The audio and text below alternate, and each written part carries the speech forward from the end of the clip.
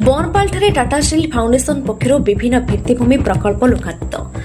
ପ୍ରକଳ୍ପ ଉଦ୍ଘାଟନ କଲେ ମାନ୍ୟବର ଅନୁଗୁଳ ବିଧାୟକ ଶ୍ରୀ ପ୍ରତାପ ଚନ୍ଦ୍ର ପ୍ରଧାନ। ସର୍ବସାଧାରଣଙ୍କ ବ୍ୟବହାର ନିମନ୍ତେ କମ୍ୟୁନିଟି ସେଣ୍ଟର, କଂକ୍ରିଟ ରାସ୍ତା ଏବଂ ହାଇମାଷ୍ଟ ଆଲୋକୀକରଣ ବ୍ୟବସ୍ଥା। ଗତ 10 ଦିନରେ ଟିଏସ୍ଏ ପକ୍ଷରୁ ବିଭିନ୍ନ ପ୍ରକଳ୍ପ ଶିଳାନ୍ୟାସ ଲୋକାର୍ପଣ ଯୋଗୁଁ ଲାଭାନ୍ୱିତ ହେବେ 30,000ରୁ ଊର୍ଦ୍ଧ୍ୱ ଲୋକ। ଅନୁଗୁଳ ଜିଲ୍ଲା ବନପା ବ୍ଲକ ଅଧୀନ ଗଣ୍ଠିଗାଡ଼ିଆ ଏବଂ ନୂଆହତା ଗ୍ରାମରେ ଟାଟା ଷ୍ଟିଲ୍ ଫାଉଣ୍ଡେସନ ପକ୍ଷରୁ ନିର୍ମିତ ଏକାଧିକ ଭିତ୍ତିଭୂମି ଉନ୍ନୟନ ପ୍ରକଳ୍ପର ଉଦ୍ଘାଟନ ହୋଇଯାଇଛି। ମାନ୍ୟବର ଅନୁଗୁଳ ବିଧାୟକ ଶ୍ରୀ ପ୍ରତାପ ଚନ୍ଦ୍ର ପ୍ରଧାନ ନବନିର୍ମିତ ପ୍ରକଳ୍ପଗୁଡ଼ିକର ଲୋକାର୍ପଣ କରିଛନ୍ତି।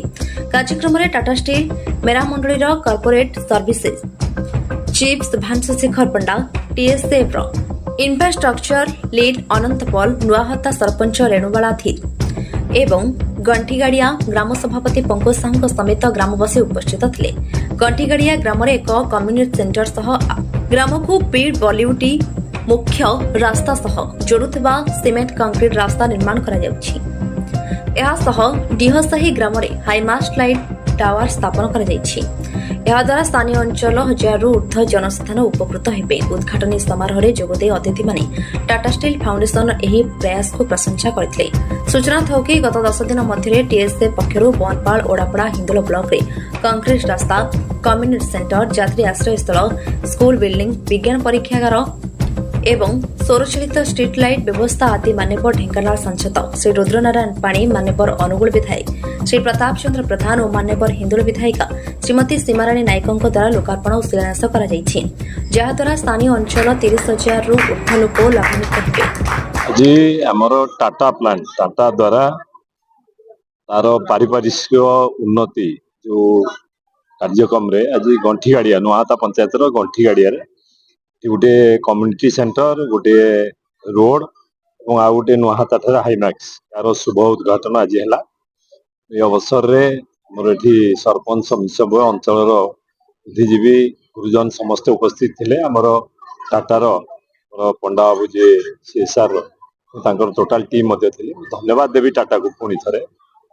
ଟାଟା ଯେପରି ଭାବରେ ପାଖାପାଖି ପ୍ଲାଣ୍ଟର ଚାରିପଟେ ଥିବା ସବୁ ଗାଁ ଗୁଡ଼ିକୁ, ସବୁ ପଞ୍ଚାୟତ ଗୁଡ଼ିକୁ ଯେପରି ଭାବରେ ସବୁ କ୍ଷେତ୍ରରେ, ସେ କମ୍ୟୁନିଟି ସେଣ୍ଟର ହଉ, ସେ ରୋଡ ହଉ, ସେ ସ୍କୁଲ ବାଉଣ୍ଡରୀ ହଉ, ହାଇମାକ୍ସ ଲାଇଟ୍ ଲଗେଇବା ହଉ, ପାଣିର ସୁବିଧା କରିବା ହଉ, ସବୁ କ୍ଷେତ୍ରରେ ଟାଟା ଯେପରି ଭାବରେ ହାତ ବଢେଇକି ଲୋକମାନଙ୍କର ସୁବିଧା ପାଇଁ, ଏ ଅଞ୍ଚଳର ଉନ୍ନତି ପାଇଁ ଆଗକୁ ଆସିଛି, ତାକୁ ମୋ ତରଫରୁ, ଆମ ଅଞ୍ଚଳବାସୀଙ୍କ ତରଫରୁ ବହୁତ ବହୁତ ଧନ୍ୟବାଦ।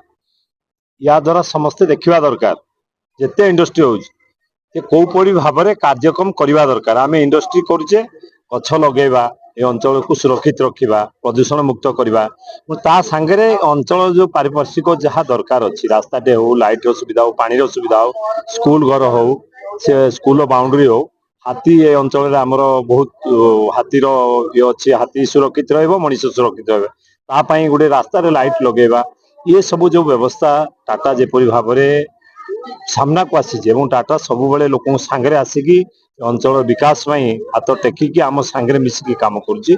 ଏଥିପାଇଁ ଆମେ ଆମ ଅଞ୍ଚଳବାସୀଙ୍କ ତରଫରୁ, ମୋ ତରଫରୁ ସମସ୍ତ ଟାଟାର ମ୍ୟାନେଜମେଣ୍ଟକୁ, ଟାଟାକୁ ବହୁତ ବହୁତ ଧନ୍ୟବାଦ।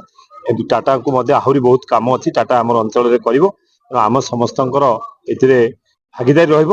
ତେଣୁ ଏ ଅଞ୍ଚଳର ବିକାଶ ଆହୁରି ଆଗକୁ ଯିବା ପାଇଁ ଆମେ ସବୁ କ୍ଷେତ୍ରରେ ବର୍ତ୍ତମାନ ନୂଆହତାକୁ ଆପଣ ଦେଖୁଥିବେ, ରାସ୍ତାଘାଟ, ପାଣିର ସୁବିଧା, ସ୍କୁଲ ଘର, ସବୁ କ୍ଷେତ୍ରରେ ଆଗକୁ ନବା ପାଇଁ ନୂଆହତାକୁ 1 ନମ୍ବର ପଞ୍ଚାୟତ ବନେଇବା ପାଇଁ ଅନୁଗୁଳ ଜିଲ୍ଲାରେ ଆମେ ଆଗରୁ ଚେଷ୍ଟା କରୁଛୁ ଏବଂ 1 ନମ୍ବର ବର୍ତ୍ତମାନ ବନି ବି ସାରିଛି।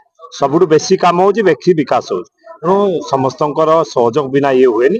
ପୁଣି ଥରେ ଟାଟା କମ୍ପାନୀକୁ ଧନ୍ୟବାଦ ଦେବି ଏବଂ ଆମର ଯୋଉ ସହଯୋଗୀ ସରପଞ୍ଚ ମେମ୍ବର, ଆମ ଅଞ୍ଚଳର ବୁଦ୍ଧିଜୀବୀ ଭାଇମାନେ, ବିଶେଷ କରି ଆମର ଏଠିକାର ଅଶୋକ ଭାଇ, ସାଗର, ଡିଲୋ ଭାଇ, ସମସ୍ତ ଅଞ୍ଚଳବାସୀ ସମସ୍ତେ ଏଥିରେ ଭାଗିଦାରୀ ଅଛନ୍ତି ଅଞ୍ଚଳକୁ ଆହୁରି ବିକଶିତ କରିବା ପାଇଁ ଏବଂ ଯାହା ଅଛି ଆହୁରି ମଧ୍ୟ କାମ କରାଯିବ। ମୁଖ୍ୟମନ୍ତ୍ରୀ ମଧ୍ୟ କହିଛନ୍ତି ଯେତେ ଇଣ୍ଡଷ୍ଟ୍ରି ଅଛି ସମସ୍ତେ ପାରିପାର୍ଶ୍ୱିକ ଉନ୍ନତି କାର୍ଯ୍ୟକ୍ରମ ଆଗ କରିବେ ଓ ଇଣ୍ଡଷ୍ଟ୍ରି କାମ ପଛେ।